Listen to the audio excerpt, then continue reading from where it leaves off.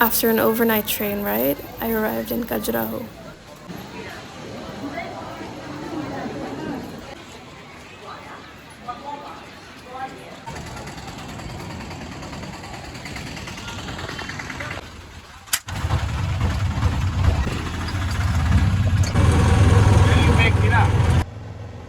After I arrived to my hotel, I headed straight out to the western group of temples. I do yoga sometime, man. Yeah? Yes, because A lad tried to use me to get him as a guide, but I lost him soon enough.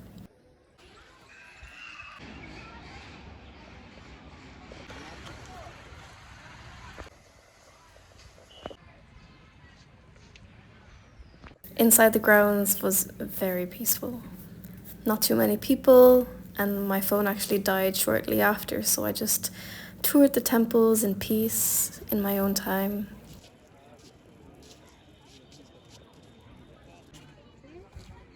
These temples were built in between 950 and 1050.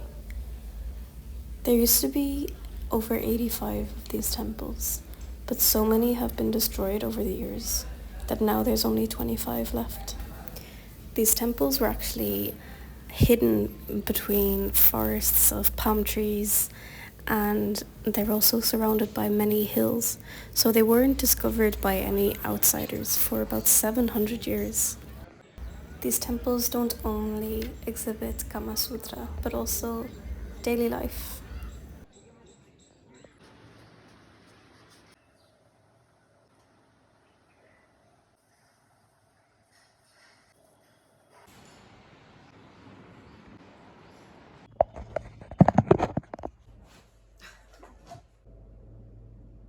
I suppose this is the part of traveling solo that you probably don't see a lot. Things get fucking intense and overwhelming. I got a pedicure today and it was the most uncomfortable thing I've done, and it's just a fucking pedicure.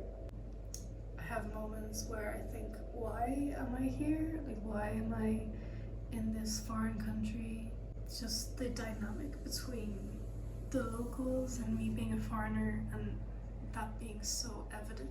I think people think I'm some kind of millionaire and I have so much money and I'm just gonna, and to be honest, I have been. I'm scared of running out of money, but yeah, I just keep getting ripped off, and it's getting old. I think what I'm feeling now is I feel such a contrast between who I am and where I am.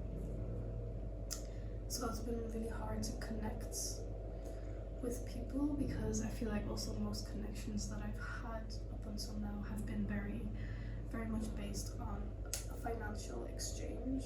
Like, people are super, super friendly, and I've had encounters with people where I'm not expected to give them money or anything, but most people I've met have been people that sell things or sell a service.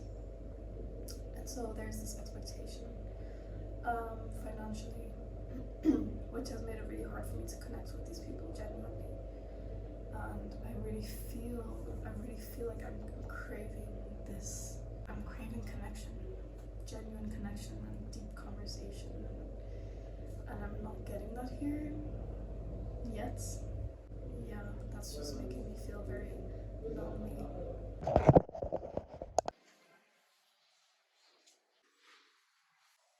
A guy who works at the hotel told me that he doesn't like tourists leaving with a bad feeling. So he offered lunch at his place the next day, and he also offered one of the guys that he knows to bring me around in a tuk-tuk to see some more temples the following day. Funnily enough, this random dude that I had actually seen the day before as well showed up at the first temple that we visited. He joined me as I admired the temples. He accompanied me to all the temples. We talked a lot.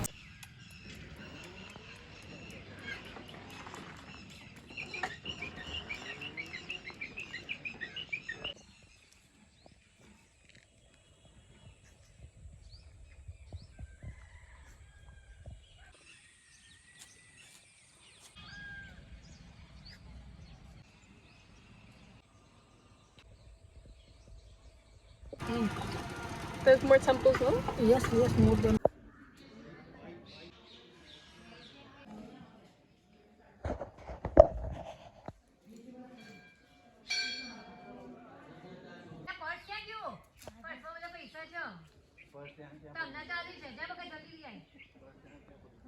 I had lunch at Kailash's place, where I also met his son, his daughters, and his wife.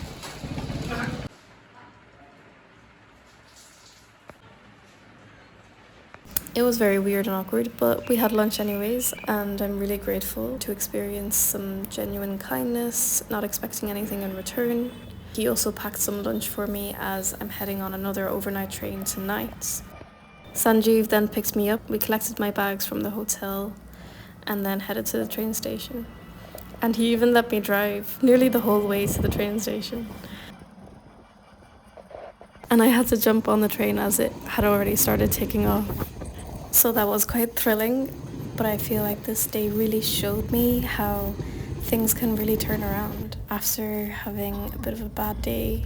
Yesterday, I'm so grateful to have met Sanjeev, who was the tuk-tuk driver, Om, the random guy that I met at the temples, and Kailash, who invited me to his home for lunch.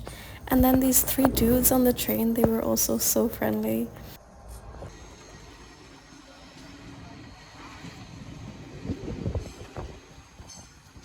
I'm really grateful. I feel like my prayers were answered and I really had a great day. And this train ride was just so beautiful.